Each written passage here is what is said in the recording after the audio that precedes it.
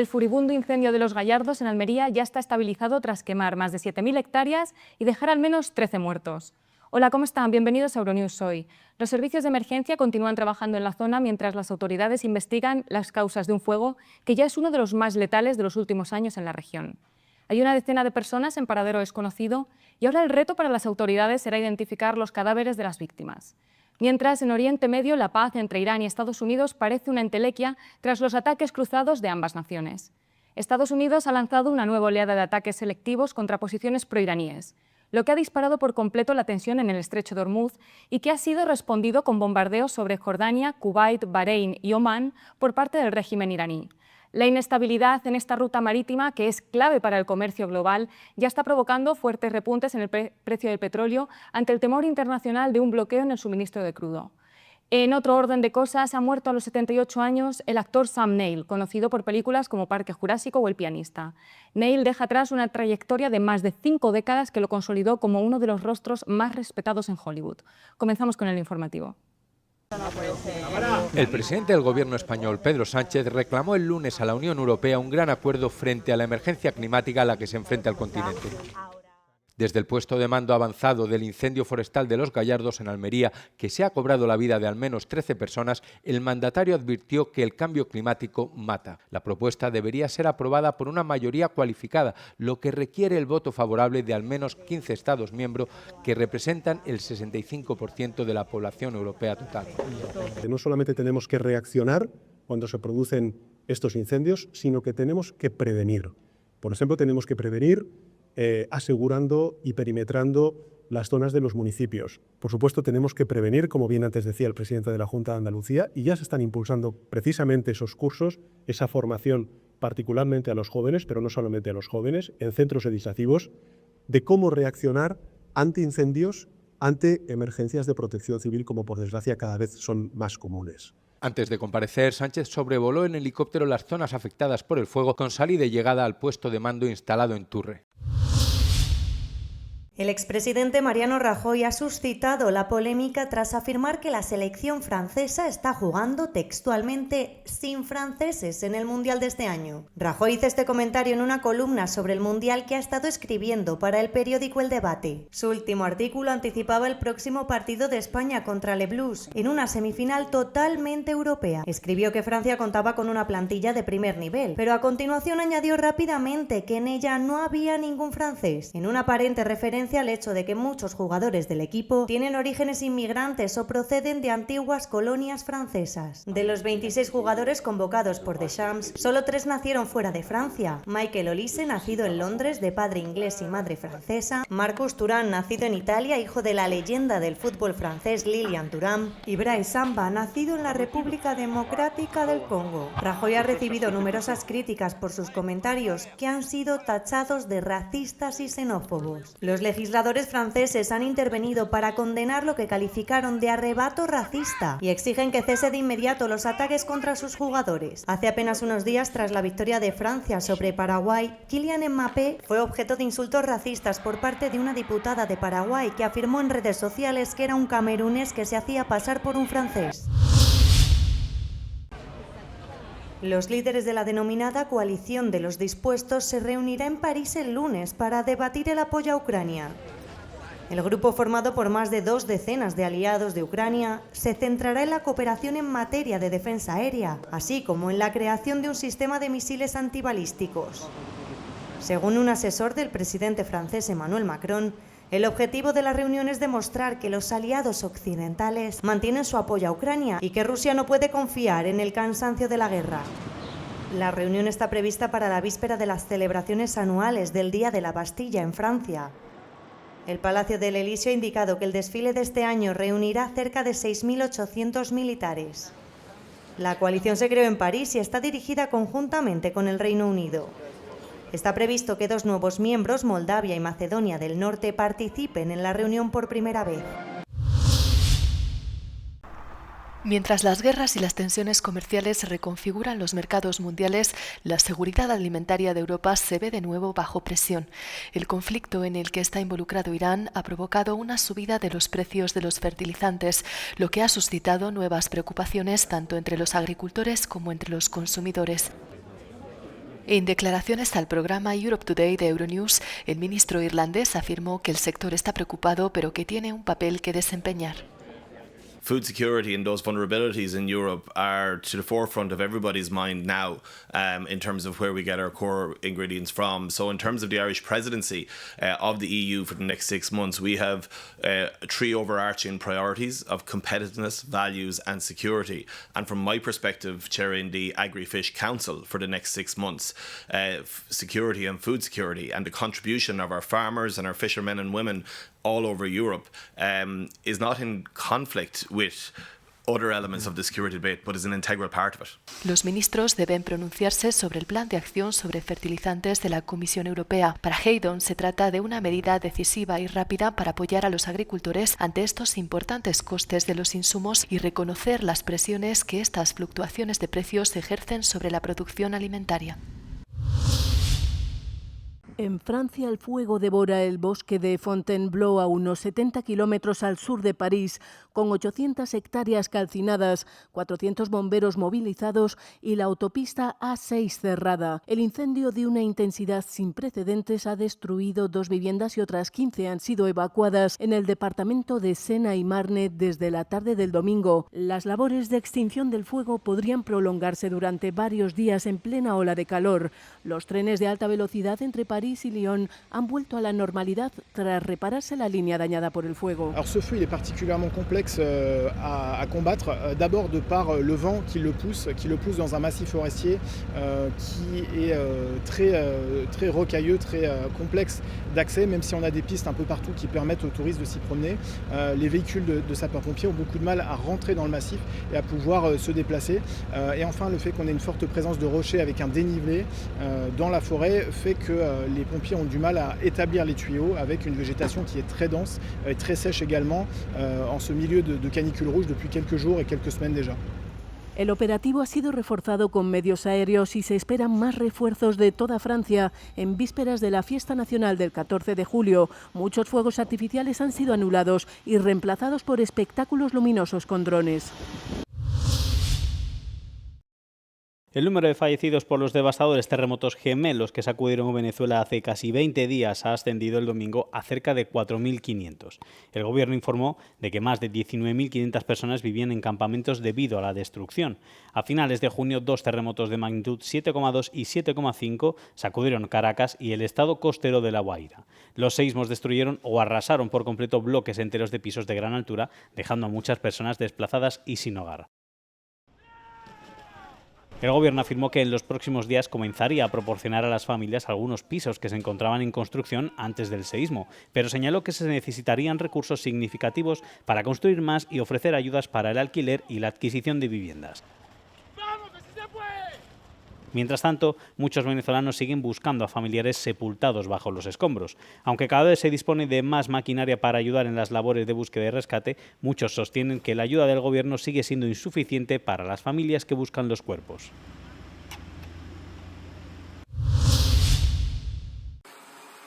El ejército estadounidense lanzó una nueva oleada de ataques en Irán durante la noche del lunes, mientras un nuevo recrudecimiento de las hostilidades sigue socavando el acuerdo provisional entre Washington y Teherán destinado a poner fin a la guerra. La última ofensiva de las fuerzas estadounidenses comenzó el domingo por la noche, según informó el Comando Central en X, añadiendo que decenas de objetivos fueron alcanzados, incluyendo sistemas de defensa aérea militares iraníes, estaciones de radar costeras, capacidades de misiles y drones y pequeñas embarcaciones. Los medios estatales iraníes informaron de ataques estadounidenses contra amplias zonas del sur y el oeste de Irán, así como contra las islas de Qesem y Farur en el Golfo Pérsico. Según los informes, una persona murió y 4 resultaron heridas en los últimos ataques. Irán respondió con nuevos ataques contra Kuwait, Bahrein y Jordania, añadieron los medios estatales. El domingo, Kuwait informó de daños en 3 de sus puestos fronterizos terrestres en el norte, mientras que las sirenas antiaéreas sonaron en Bahrein hasta la mañana del lunes. La reanudación de los combates se produjo tras un ataque iraní a primera hora del domingo contra un buque mercante en el estrecho de Hormuz, tras el cual la Guardia Revolucionaria iraní anunció el cierre de esta vía marítima vital, epicentro del reciente recrudecimiento de la violencia. El presidente de Estados Unidos, Donald Trump, ha lanzado una severa advertencia a Irán, afirmando que Washington destruirá por completo todas las zonas del país si Teherán intentara asesinarlo. La amenaza de Trump se produjo después de que muchos dolientes del difunto líder supremo de Irán, Ali Khamenei, pidieran el asesinato de Trump mientras elogiaban al antiguo ayatolá. También mostraron carteles en los que aparecían Trump y el primer ministro israelí Benjamin Netanyahu en la mira de un rifle, presentando sus asesinatos como represalias por el asesinato de su líder. En una publicación en Truth Social, Trump afirmó que miles de misiles están listos para disparar en caso de que Teherán llevara a cabo tal intento y añadió que había dado instrucciones a las Fuerzas Armadas para que llevaran a cabo ataques durante un periodo de un año susceptible de prórroga. La advertencia se produce un día después de que el presidente de Estados Unidos afirmara que había acordado continuar con las conversaciones con la República Islámica, pero reiterara que el alto el fuego esbozado en el marco del acuerdo firmado el mes pasado había terminado. Teherán negó haber solicitado más conversaciones con Estados Unidos y expresó su disposición a seguir luchando. Las hostilidades se reanudaron en los últimos 3 días, con Estados Unidos lanzando ataques directos contra Irán, por lo que calificó de agresión injustificada contra la navegación mercante, con la correspondiente respuesta de Irán. Aunque Donald Trump parece abierto a la posibilidad de un acercamiento con Ankara y está estudiando la cuestión de los F-35, en Washington crece la oposición a una posible venta de estos aviones de combate a Turquía. El lobby greco-estadounidense, en colaboración con miembros del Congreso y organizaciones que representan a la comunidad judía estadounidense, está tratando de mantener las barreras que el propio Congreso ha establecido. Με τα F-35 έχουμε δει από την βουλευτή Dina Titus της Νεβάδα ότι έχει μαζέψει διάφορους, κυρίως δημοκρατικούς, μόνο δημοκρατικούς βουλευτές, 18 συγκεκριμένους, που έχουν στείλει μια επιστολή τώρα στους ηγέτες της Βουλής, τον Scalise και τον Hakeem Jeffries, τον αντίστοιχο ρεπουμπλικανό και δημοκρατικό, έτσι ώστε να είναι έτοιμοι να κινηθούν και να αποτρέψουν οποιαδήποτε κίνηση δούμε από τον πρόεδρο Trump σχετικά με τα F-35. Αλλά το πρόβλημα είναι ότι είναι μόνο οι δημοκρατικοί που έχουν υπογράψει αυτό το γράμμα. Δηλαδή, από τους Ελληνοαμερικάνους, οι Ρεπουμπλικανοί φαίνεται να κινούνται εσωτερικά. Προσπαθούν να πείσουν εσωτερικά την κυβέρνηση Trump και να χρησιμοποιήσουν τις διάφορες επαφές που έχουν έτσι ώστε να αλλάξουν τη γνώμη με αυτόν τον τρόπο. La principal línea de defensa de quienes se oponen a esto es la legislación estadounidense. Tras la compra por parte de Turquía de los S-400 rusos, el Congreso activó las sanciones y posteriormente incluyó disposiciones en el presupuesto de defensa. Υπάρχει κίνδυνος ότι τα S-400 μπορούν να καταγράψουν ή κάπως να πάρουν διάφορα στοιχεία τα οποία είναι μυστικά της Αμερικής γύρω από το F-35 και μετά αυτά να μεταφερθούν στους Ρώσους. Η Αθήνα τονίζει ότι δεν υπάρχει μέχρι στιγμής οριστική απόφαση από την αμερικανική πλευρά για τα F-35, ενώ η Ελλάδα αναγνωρίζει ότι οι επιλογές για τα εξοπλιστικά προγράμματα αποτελούν κυρίαρχη απόφαση κάθε κράτους. Ξεκαθαρίζει ωστόσο ότι μεταφέρει με σαφήνεια στους συμμάχους της τις ανησυχίες της για την ασφάλεια στην Ανατολική Μεσόγειο. Από την Αθήνα για το Euronews, Φέη Δουλγέρη.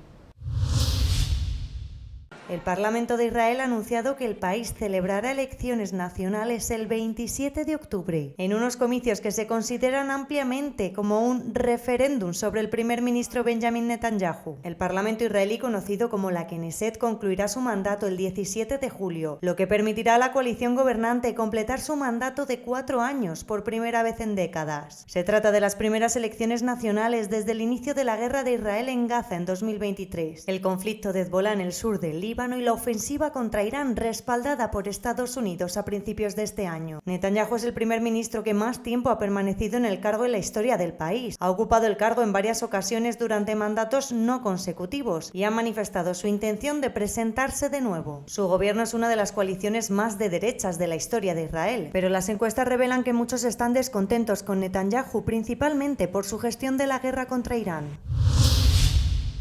El antiguo gobernante de Qatar, el jeque Hamad bin Khalifa Al Thani, falleció el domingo a los 74 años, según un comunicado del Amiri Diwan, la oficina administrativa oficial de este país del Golfo. A través de un comunicado han rendido homenaje a uno de los líderes más destacados del país, elogiando su bondad, su labor humanitaria y la visión que transformó a Qatar en un actor de peso en la escena internacional. El jeque Hamad es el padre del actual gobernante Tamim bin Hamad Al Thani y fue emir entre entre 1995 y 2013. Es ampliamente reconocido por haber impulsado enormes cambios sociales, industriales, económicos y culturales en Qatar. Y gran parte de su labor ha servido de base para los logros que la nación ha alcanzado en los últimos años. El jeque Hamad nació en 1952 y estudió en la Real Academia Militar de Sandhurst, Reino Unido, antes de regresar a su país e incorporarse a la función pública, hasta convertirse en príncipe heredero a finales de la década de 1970. Doha ha declarado 4 días de luto nacional. Durante ese periodo, que coincide con el resto de la semana laboral en Qatar, las banderas ondearán a media asta. La crisis inmobiliaria es uno de los problemas que más preocupa a la sociedad. 7 de cada 10 ciudadanos en España consideran que, tal y como están los precios del alquiler, sale mucho más rentable comprar una vivienda y pagar una hipoteca. Según un informe de Fotocasa, el asfixiante encarecimiento de los arrendamientos está empujando a los ciudadanos hacia la propiedad, siempre que tengan capacidad de ahorro, algo que es cada vez menos común en España debido al alto coste de la vida.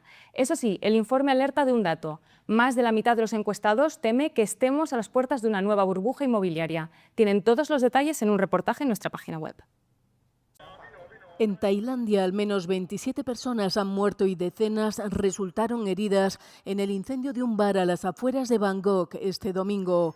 El pánico se apoderó del local cuando las llamas se propagaron desde la entrada y los asistentes huyeron entre gritos, varios de ellos con la ropa en llamas. Hasta el momento, las autoridades han identificado a 10 de las víctimas. 9 eran ciudadanos tailandeses y otra de nacionalidad laosiana. เราก็ใช้ผ้าครับใช้ผ้าเนี่ยตบให้ไฟมันดับคือเราช่วยมากกว่านี้ไม่ได้เพราะมันมีคนทยอยแบบดันกันออกมาเรื่อยๆแล้วทีนี้ไฟมันพุ่งออกมาเยอะเราก็ไม่สามารถจะเข้าไปช่วยได้แล้วถึงอุ้มออกมา La policía científica inspecciona el local para esclarecer el origen del incendio, mientras los investigadores tratan de esclarecer su origen y las causas de su elevada mortalidad.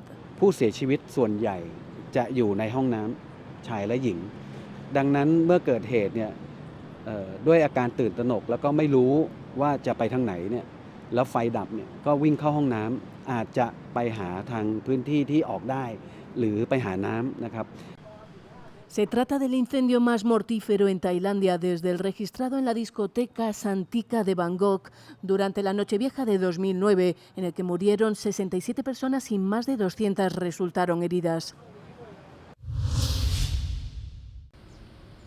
El gigante tecnológico Apple ha presentado una demanda federal contra OpenAI acusando a la empresa de inteligencia artificial de orquestar una campaña coordinada para robar sus secretos comerciales mientras intenta desarrollar su propio hardware para consumidores. Según la demanda presentada en California, Apple descubrió un patrón sistemático de robo de propiedad intelectual por parte de antiguos empleados de alto nivel que posteriormente se incorporaron a la empresa dirigida por Sam Altman. Se acusa a un antiguo ingeniero eléctrico senior de aprovechar un fallo de autenticación para descargar en secreto docenas de archivos confidenciales de hardware, incluidas especificaciones técnicas de productos aún no lanzados y muestras de ingeniería. La demanda también acusa al director de hardware de OpenAI, Tang-Ye Tan, de recabar ilegalmente datos de proveedores y de ordenar a candidatos de Apple que llevaran piezas originales de la compañía a las entrevistas para realizar demostraciones prácticas. En respuesta a estas acusaciones, un portavoz afirmó que OpenAI no tiene interés ninguno en los secretos comerciales de otras empresas y mantuvo que la empresa sigue centrada en desarrollar su propia tecnología innovadora. Actualmente, OpenAI está impulsando su incipiente negocio de hardware y ha adelantado el lanzamiento de un pequeño teclado programable llamado Codex Micro. El actor neozelandés Sam Neill, conocido por sus papeles en las películas Parque Jurásico y El piano, ha fallecido a los 78 años. En 2023, el actor reveló que le habían diagnosticado un tipo agresivo de cáncer de sangre. En abril de este año afirmó que ya no padecía la enfermedad tras someterse a un tratamiento de inmunoterapia. La familia de Neill escribió en un comunicado que la pérdida había sido repentina e inesperada y aclaró que el cáncer no fue la causa de su fallecimiento. Neill era un tesoro nacional en su país. El primer ministro de Nueva Zelanda, Christopher Luxon, le describió como uno de los grandes. El actor neozelandés también era considerado por muchos como un australiano de honor debido a sus vínculos con ese país. Neill alcanzó la fama internacional por su papel del Dr. Alan Grant en Parque Jurásico. También protagonizó El piano, que se estrenó en el Festival de Cine de Cannes, donde ganó la Palma de Oro antes de obtener numerosos premios, entre ellos 3 Oscar.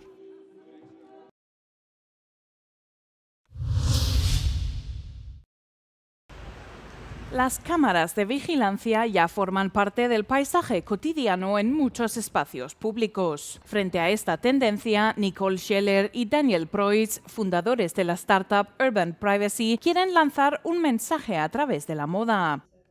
Esta prenda, por ejemplo, está diseñada para confundir a las cámaras con IA. Quien la lleva no se vuelve invisible, pero sí resulta más difícil de identificar y rastrear.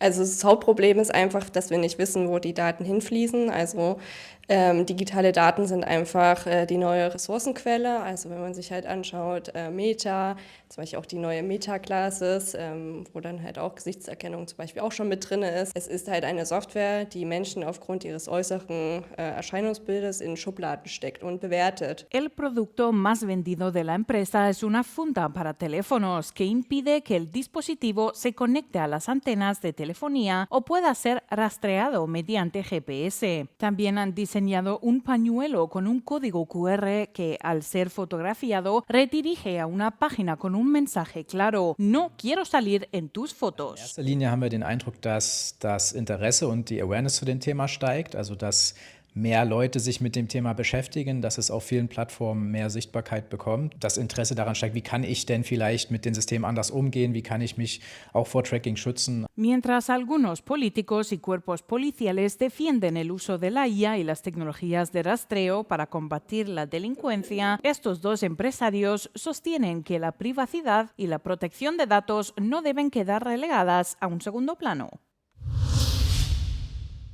Europa busca una nueva generación de alimentos vegetales más nutritivos y sostenibles. Una de las científicas que lidera esta investigación es la biotecnóloga griega Angeliki Triantafylou, que ahora trabaja en un nuevo producto, la leche de guisante. Δουλεύουμε και με ένα καινούριο προϊόν που είναι το γάλα από μπιζέλι, επίσης με την ενζυμική τεχνολογία μας, ώστε να χρησιμοποιείς ολόκληρη την πρώτη ύλη.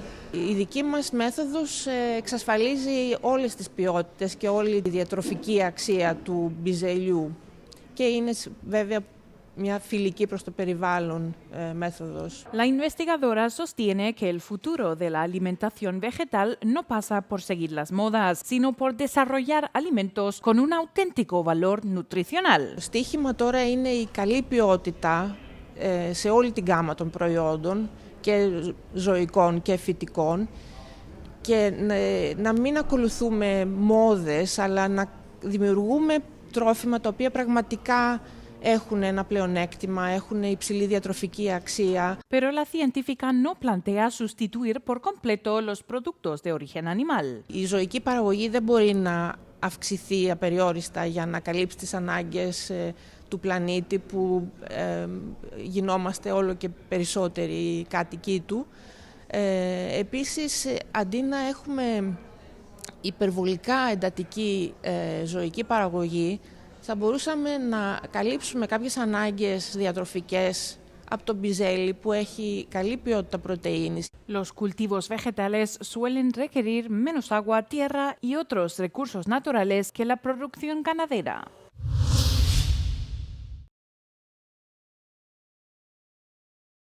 ¿En qué países de Europa obtienen mejores resultados las empresas en fase de expansión? Las nuevas empresas en Europa se están expandiendo rápidamente. Entre 2023 y 2024, las empresas en fase de expansión de Letonia, Portugal y Grecia registraron los mejores resultados, siendo las que más crecieron en la UE, especialmente en cuanto al número de empleados, mientras que Irlanda, Luxemburgo y Estonia registraron las mayores caídas. Así lo indican los últimos datos del European Scale-Up Institute. Una Scale-Up es una empresa que ha superado su fase inicial de puesta en marcha y ha entrado en un periodo de ingresos rápidos y sostenibles. El European Scale-Up Institute también analizó en qué sectores las Scale-Ups obtenían mejores resultados. La agricultura y la pesca registraron el mayor crecimiento entre 2023 y 2024. En los últimos 5 años, España, Italia y Portugal ocupan los primeros puestos en el rendimiento de la mayoría de las categorías de empresas analizadas, lo que supone un cambio significativo con respecto a la época prepandémica, en la que solían liderar los países nórdicos y occidentales. La información y la comunicación, los servicios de apoyo y la electricidad, el gas y el vapor son los 3 sectores principales en los que las scale-ups están creciendo más.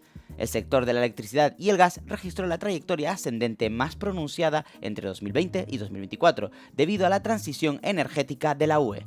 El año pasado, la UE anunció una iniciativa de 5.000 millones de euros destinada a potenciar a las empresas emergentes de tecnología más innovadoras del continente. Sin embargo, está previsto que las primeras inversiones se realicen este otoño.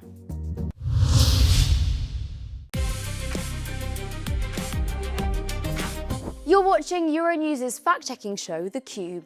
Social media posts sharing fake claims about Europe's record-breaking temperatures have gained traction during the continent's latest heatwave episode. But experts told us that misinformation is shifting. It is increasingly focusing on discrediting climate action policies, rather than, for instance, outrightly claiming that climate change is a hoax. La désinformation, on a l'idée que c'est nier l'existence du changement climatique ou son origine humaine. Nous, ce qu'on mesure, c'est que c'est pas forcément la forme la plus majoritaire que prend aujourd'hui le phénomène. On va surtout avoir une négation de l'efficacité ou de l'utilité de certaines solutions de la transition écologique, et notamment les énergies renouvelables et les véhicules électriques en France. Et la raison pour ça, c'est qu'il y a eu des grosses régulations qui ont touché ces secteurs d'activité, et donc les narratifs de désinformation viennent se poser là où une évolution de la loi est possible. For example, the economic trade-offs which come with green policies are increasingly being used to prop up this information. To claim that net zero will kill your job,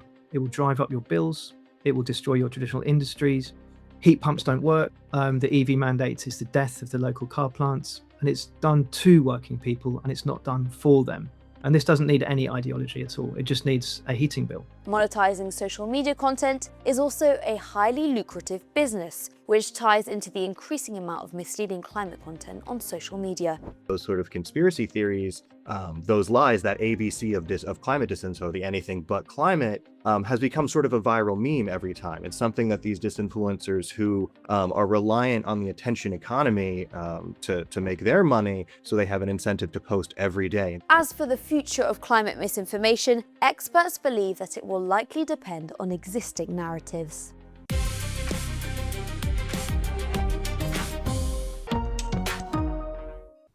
Hasta aquí las noticias, gracias por seguirnos. Ahora les dejamos con el tiempo. Como saben, pueden mantenerse informados a través de nuestras redes sociales y nuestra página web. No olviden seguirnos en el canal de YouTube para no perderse ningún Euronews Hoy y compartan el vídeo. Les recomendamos además que se descarguen nuestra aplicación para estar al día de todo lo que ocurre tanto aquí en Europa como en el resto del mundo. Tras la previsión meteorológica podrán ver el vídeo No Comment. Buen día y buena suerte. Euronews, el tiempo.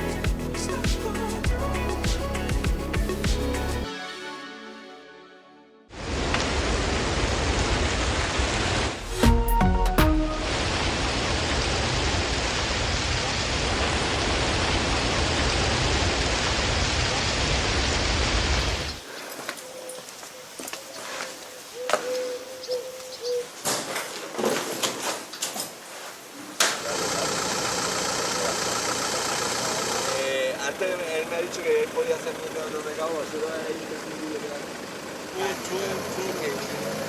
ya, pero todavía no.